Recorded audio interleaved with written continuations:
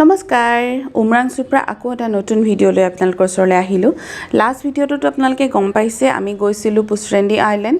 বহুত এটা ধুনীয়া আইলেণ্ড হয়, সাংঘাতিক ধুনীয়া একচুৱেলি। আৰু এতিয়া আমি গৈ আছোঁ উমৰাংচুতে থকা এখন গল্ফ ফিল্ডলৈ, যিটো বহুত বেছি ফেমাছ হয় উমৰাংচুত। চ' ব'লক যাওঁ। আৰু ভিডিঅ'টো সেইকাৰণে এনেকৈ ষ্টাৰ্ট কৰি দিছোঁ যাতে আপোনালোক আহিলে আপোনালোকৰো অকণ সুবিধা হয়। এয়া প্ৰথম আহি এটা টিকেট কাউণ্টাৰ পায়, তাত আপোনালোকে পাৰ্চনেল গাড়ী নিলে গাড়ী এখনৰ 100 ৰুপিজ আৰু পাৰ পাৰ্চন 20 ৰুপিজকৈ দিব লাগিব। আৰু ইয়াত সকলোখিনি ৰুল ৰেগুলেশ্যন লিখা আছে।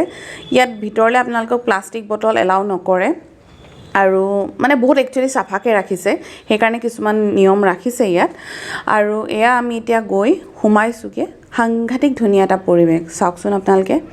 আকাশখনৰ সৈতে চাৰিওফালে সেউজীয়া আৰু তাৰ মাজতে সেয়া পানী, সাংঘাতিক ধুনীয়া লাগিছে লাইক আমি বাহিৰত ক'ৰবাত আছোঁ, লাইক ছুইজাৰলেণ্ড হওক যিয়ে হওক, মানে তেনেকুৱা ফিল আহিছে। এতিয়া আমি প্ৰথমে যাওঁ অকণমান ভিউ পইণ্টটো পোৱাৰ আগে আগে তলতে এখন ৰেষ্টুৰেণ্ট আছে, তাত গৈ অকণমান ফ্ৰেছ আপ হওঁ, তাৰপিছত আমি আমাৰ ভিউ পইণ্টটোলৈ যাম। চ' ভাবিলোঁ আপোনালোকে যদি আহে কেতিয়াবা তেতিয়াহ'লে এইখিনি বস্তু আপোনালোকক কৈ দিলে সুবিধা হ'ব। আৰু মইতো কওঁ ডেফিনেটলি আহক আপোনালোকে ইয়ালৈ। বহুত বেছি খৰচ নাই। আমি যোনখন ৰিজৰ্টত আছিলোঁ সেইখনত পাৰ নাইট 3400কৈ লৈছিলে মেবি। আমি বুকিঙৰ থ্ৰুৰে বুক কৰিছিলোঁ। আৰু এইবিলাকত ইমান বেছি খৰচ নাই, ক'ৰবাত টিকেটৰ খৰচ বা কাৰ পাৰ্কিঙৰ খৰচ সিমানহে আছে। আপোনালোকে যদি পাৰ্চনেল গাড়ী লৈ আহে খুব বেছি তেলৰ খৰচটো আৰু খোৱা বোৱাৰ খৰচ হ'ব, সিমানখিনি। খুব কমতে আপোনালোকে উমৰাংচুৰ বহুত ধুনীয়া ধুনীয়া জেগা, ডিমা হাছাও আপোনালোকে ঘূৰিব পাৰে। মই কওঁ আমি বাহিৰৰ ইণ্টাৰনেশ্যনেল টুৰ কৰাতকৈ এটলিষ্ট প্ৰথমে অসমখনক, এটলিষ্ট নৰ্থ ইষ্টখনক এক্সপ্ল'ৰ কৰি ল'ব লাগে। সাংঘাতিক ধুনীয়া ধুনীয়া জেগা মানে এতিয়াও লুকাই আছে, যিটো আমি হয়তো নাজানো। সেইকাৰণে আমাৰ ষ্টাৰ্ট কৰিছোঁ আমি এনেকৈয়ে সৰু সুৰাকৈ।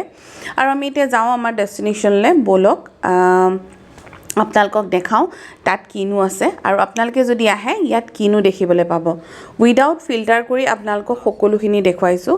ইয়াত সঁচাকৈয়ে গোটেই ছাৰাউণ্ডিংটো বহুত গ্ৰীনাৰী আৰু বহুত বেছি ধুনীয়া। এয়া চাওক। আৰু অকণো আপোনালোকে ইয়াত লেতেৰাৰ মানে অকণোৱে একো নাপায়। কেনেকৈ মেইনটেইন কৰিছে তেওঁলোকে জানে, বাট লেতেৰা একোৱেই নাই। আমি যদি মানে কি ক'ম, যোনখিনি বস্তু নিবলৈ মানা কৰিছে সেইখিনি বস্তু যদি আপোনালোকে শুনি লয় বা মানে, তেতিয়া হয়তো এইখিনি জেগা ধুনীয়া তেনেকৈয়ে থাকিব। আহি পালোহি আমি ধুনীয়া এটা ভিউ পইণ্ট। ইয়াত আপোনালোকৰ ব'টিং ফেচিলিটি কেইবাটাও জেগাত আছে। বেলেগ বেলেগ ধৰণৰ ব'টৰ মানে আপোনালোকে ৰাইড ল'ব পাৰে। আমি যিহেতুকে আইলেণ্ডটোৰ পৰা আহিছিলোঁ সেইকাৰণে আমি ইয়াত একো ৰাইড লোৱা নাই। জাষ্ট আমি ভিউটো এনজয় কৰিছোঁ আৰু ৰিলেক্স হ'লোঁ। মানে যিমান টেনশ্যন আছিলে, যিমান ষ্ট্ৰেছ আছিলে, চব ইয়াত নাইকিয়া হৈ গ'ল অহাৰ কাৰণে। আৰু ইয়াত অকণ ঠাণ্ডাও পৰিছে, ধুনীয়া বতাহ এটাও মাৰি আছিলে। পোহৰে বহুত বেছি ভাল পালে যিহেতুকে বহুত মুকলি আছিলে। আৰু এয়া চাওক, একদম ভাল টাইমত আমি আহিছোঁ, ছানছেট হৈছে। কি ধুনীয়া এটা ভিউ। ছানছেটো এনজয় কৰিলোঁ, ফেমিলিৰ লগতো আছোঁ, মানে বহুত ভাল লাগিলে। আৰু চাৰিওফালে গ্ৰীণ, হৈ হাল্লা নাই, এটা শান্ত পৰিৱেশৰ মাজত আমি টাইমটো পাৰ কৰিলোঁ। আৰু এইফালে পোহৰে নাও এখন পাই, সি নাও চলোৱাত বিজি হৈ গ'ল। সেইকাৰণে ভাবিলোঁ তাক অকণমান ভিডিঅ' কৰি ৰাখোঁ। যিহেতুকে ঠাণ্ডা পৰিবলৈ ষ্টাৰ্ট কৰিলে সেইকাৰণে আমি ভাবিছোঁ আমি যাওঁ। আৰু এইখন ব'টৰো ফেচিলিটি ইয়াত আছে। ইয়াত মেবি পাৰ পাৰ্চন 600কৈ লয়। আপোনালোকে যদি আহে ইয়াত সকলো ধৰণৰ ৰাইড আপোনালোকে এনজয় কৰিব পাৰিব।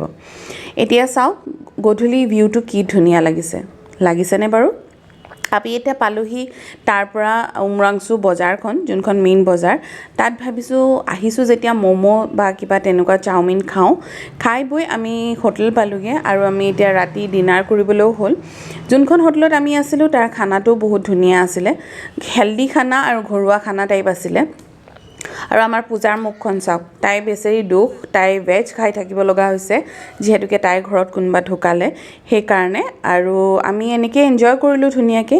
কেইখনমান ভাল লগা ফটো দি আপোনালোকক আজি মোৰ ভিডিঅ'টো ইয়াতে সামৰিছোঁ। মোৰ ভিডিঅ'টো যদি ভাল পায় তেতিয়াহ'লে আপোনালোকে লাইক, শ্বেয়াৰ আৰু ছাবস্ক্ৰাইব কৰিব। আৰু এই জেগাটোলৈ যাবলৈ একদমেই নাপাহৰিব। আজিলৈ আহিছোঁ, বাই বাই।